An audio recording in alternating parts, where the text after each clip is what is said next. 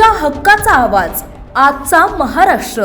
काँग्रेस खासदार प्रणिती शिंदेंनी SIR बाबत सोलापुरात जिल्हाधिकाऱ्यांना निवेदन दिले। SIRच्या माध्यमातून मॅपिंग सुरू झालंय। सोलापुरातही SIR प्रक्रिया पारदर्शक पद्धतीने झाली पाहिजे असं प्रणिती शिंदे म्हणाल्या।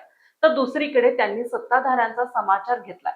काय म्हणाल्या प्रणिती शिंदे पाहूया। च्या माध्यमातून एक्सरसाइज जी आहे ती महाराष्ट्रात सुरू झाली आहे। मॅपिंग सुरू झाले। जून महिन्यापासून एन्युमरेशन फॉर्म देण्यात येणार आहे। तर आम्ही आज कलेक्टरला काँग्रेस पक्षाच्या माध्यमातून आमचे शहर अध्यक्ष, जिल्हा अध्यक्ष, सगळे तालुका अध्यक्ष, सगळे ब्लॉक अध्यक्ष आम्ही भेटलो आणि कलेक्टरना निवेदन दिलं आणि विनंती केली की SIR ची प्रक्रिया ही महाराष्ट्रात आणि सोलापुरात ही पारदर्शक झाली पाहिजे। BLOs जे आहेत त्यांनी कोणत्याही दबावाखाली जो गव्हर्नमेंट जो ऑफिसर नेमणार आहे, जो घरोघरी जाणार आहे, कोणत्याही सत्ताधारी पक्षाकडून कोणत्याही दबावाखाली न येता त्यांनी पारदर्शकपणे ही कामं हे SIR घरोघरी जाऊन केलं पाहिजे। त्यासोबत जी नावं केली जाणार आहेत मुद्दामून, त्याच्यावर आम्ही शंका व्यक्त केली। त्या नावाची पण यादी आम्हाला प्राप्त झाली पाहिजे। तुमच्या माध्यमातून मी सर्व मतदारांना विनंती करते की हे जे BLOs आहेत ते तुमच्या घरी एकदा नाही तीनदा येणार आहेत। पण अशी पण शंका वाटते की जे विरोधी पक्षाचे मतदार आहेत त्यांच्या घरी जाणारच नाहीत। म्हणून मतदारांनी सतर्क राहावं। एन्युमरेशन फॉर्म हा सगळ्यांनी भरायला पाहिजे। जरी तुम्ही आधी मतदान केलं असाल तरीही EF एन्युमरेशन फॉर्म हा सगळ्यांनी भरणं गरजेचं आहे। त्या BLOला सहकार्य करा। जर BLOनी दबाव आणला किंवा तुमचं नाव वगळण्याचा प्रयत्न केला तर लगेच आम्हाला तुम्ही आमच्या संपर्कात येऊ शकता।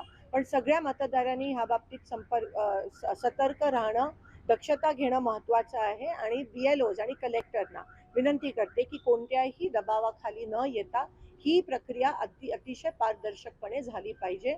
आमच्या पण BLAना सोबत घेऊन प्रत्येक ठिकाणी जाणं गरजेचं आहे। घरी जाण्यासाठी नकार येतात अनेक वेळेस। आणि दुसरं जे आहे की मतदार यादीमध्ये 2002च्या यादीमध्ये त्यांची नावं अनेकांची सापडत नाहीत। अनेक तक्रारी त्याच्या बाबतीत आहेत। BLOची नावं जाहीर झाली पाहिजेत आणि मतदार यादी पण BLOची नावं जाहीर झाले, सगळ्यांकडे लिस्ट आहे, पण ती पब्लिकली वृत्तपत्रामध्ये ती जाहीर झाली पाहिजेत। त्यासोबत मतदारांनी पण सतर्क राहणं की कारण का प्रचंड दबाव येणार आहे। प्रचंड ह्या ठिकाणी नावं कट करण्याचा प्रयत्न आणि षडयंत्र हे सत्ताधारी करणार आहेत, जसं आपण बंगाल आणि बिहारमध्ये बघितलं। म्हणून जर मतदार सतर्क राहिला आणि आम्ही पक्षाच्या माध्यमातून पण सतर्क आहोत, पण आम्ही सतत प्रशासनावर पण दबाव निर्माण करणार आहोत।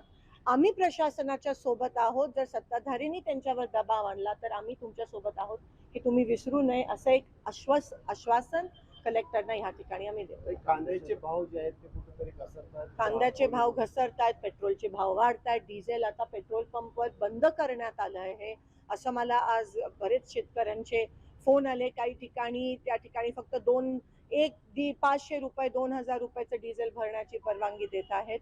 त्यासोबत खत पण त्या ठिकाणी बंद, शेतकऱ्यांना मिळत नाहीये।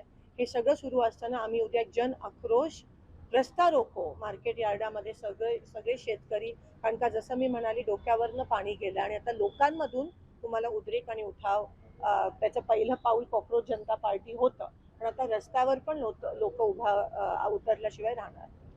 सोलापूरच्या बाजारामधली एक पावती भरली शेतकऱ्याची 300 रुपये त्या शेतकऱ्याला भरावे लागले कांद्याचं। आणि अशी एवढी वाईट परिस्थिती आहे आणि कोणाचंही लक्ष या ठिकाणी नाही आहे। आपल्याला दिसून येतं सत्ताधारी मस्त आहेत आणि शेतकरी त्रस्त आहेत। तुम्ही काँग्रेस जनता पार्टीचा उल्लेख केला, त्यांनी संस्थापकाला जीवे मारण्याच्या धमक्या येत आहेत, त्यांच्या घराला पोलीस अमेरिकेत जाऊन मारण्याच्या पण धमक्या येत आहेत त्यांना। आणि तुम्ही बघू शकता की कोणत्याही प्रकारचा विरोध झाला की हे लोक कसे वागतात आणि अहंकारी किती झाले त्याच्यावरून कळतं। पण काँग्रेस जनता पार्टी ही सुरुवात आहे त्या रेव्होल्युशनची, त्या क्रांतीची। लोकांना व्यासपीठ अशी मिळत नाही म्हणून ते सोशल मीडियाचा आता वापर आणि 21 मिलियन फॉलोअर्स त्या काँग्रेस जनता पार्टीला मिळाले। ही सुरुवात आहे आणि हा उद्रेक तुम्हाला येणाऱ्या दिवसात दिसायला मिळेल, बघायला मिळेल।